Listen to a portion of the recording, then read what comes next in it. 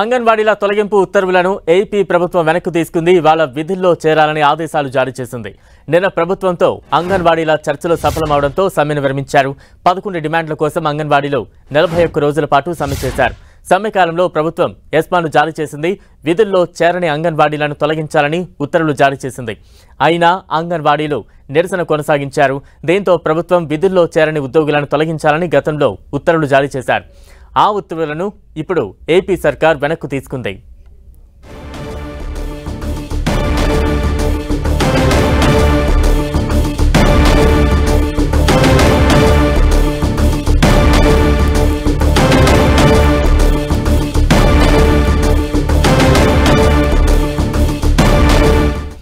అంగన్వాడీల తొలగింపు ఉత్తర్వులను ఏపీ ప్రభుత్వం వెనక్కు తీసుకుంది.